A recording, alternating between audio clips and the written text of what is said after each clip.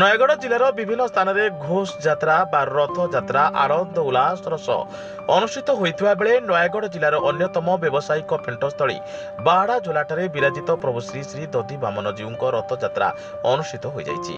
অপরাহ্ন প্রায় 3টাରେ প্রভু শ্রী শ্রী দধি বামনজীউঙ্ পহଣ୍ଡି କରାଯାଇ রথকু বিজে କରାଯାଇଥିବା ବେଳେ ଶ୍ରଦ୍ଧାଳୁ ଭକ୍ତମାନେ ପ୍ରଭୁ ଦଧି ବାମନଜୀଉଙ୍କ ରଥକୁ ଛମୁସାହି ସ୍ଥିତ ମାଉସୀ ମା ମନ୍ଦିରକୁ ଟାଣି ନେଉଥିବା ଦେଖିବାକୁ ମିଳିଥିଲା।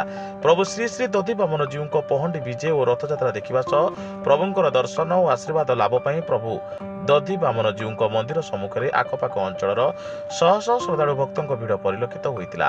ଢୋଲ ମୃଦଙ୍ଗ ଭେରୀ ତୁରୀ ଘଣ୍ଟି ଶବ୍ଦରେ ଗଗନ ପବନ ପ୍ରକମ୍ପିତ ହେଉଥିବା ବେଳେ ଗ୍ରାମରେ ଏକ ଆଧ୍ୟାତ୍ମିକ ପରିବେଶ ସୃଷ୍ଟି ହୋଇଥିଲା। ମନ୍ଦିର ପରିଚାଳନା କମିଟିର ଟ୍ରଷ୍ଟି ବସନ୍ତ କୁମାର ସାହୁ, ସହକାରୀ ଟ୍ରଷ୍ଟି ପ୍ରଦ୍ୟୁମ୍ନ କୁମାର ସାହୁ, ପୂଜକ ପ୍ରଶାନ୍ତ ଷଡ଼ଙ୍ଗୀ, ଗ୍ରାମ ସଭାପତି ଗୋଲକ ବିହାରୀ ସାହୁ, ପରିଚାଳନା କମିଟି ସଦସ୍ୟ ବାଳକୃଷ୍ଣ ସାହୁ, ସାରସଧର ସାହୁ, ପୂର୍ବତନ ଟ୍ରଷ୍ଟି ବିମଳ ଲୋଚନ ପଟ୍ଟନାୟକ ପ୍ରମୁଖ ଉପସ୍ଥିତ ରହି ପ୍ରଭୁ ଦଧି ବାମନଜୀଉଙ୍କ ରଥଯାତ୍ରାକୁ ସୁଚାରୁ ରୂପେ ପରିଚାଳନା କରିଥିଲେ। ବାହାଡ଼ା ଜୋଲା ଫାଣ୍ଡି ଅଧିକାରୀ ଭୀମସେନ ମଲ୍ଲିକ ଓ ପୁଲିସ କର୍ମଚାରୀମାନେ ଉପସ୍ଥିତ ରହି ଶାନ୍ତି ଶୃଙ୍ଖଳା ନିୟନ୍ତ୍ରଣ କରିଥିଲେ। ନୟାଗଡ଼ ଜିଲ୍ଲାରୁ special bureau chief Pradipta Kumar ସାହୁଙ୍କ ରିପୋର୍ଟ, ସାଇ ସତ୍ୟ ନ୍ୟୁଜ୍।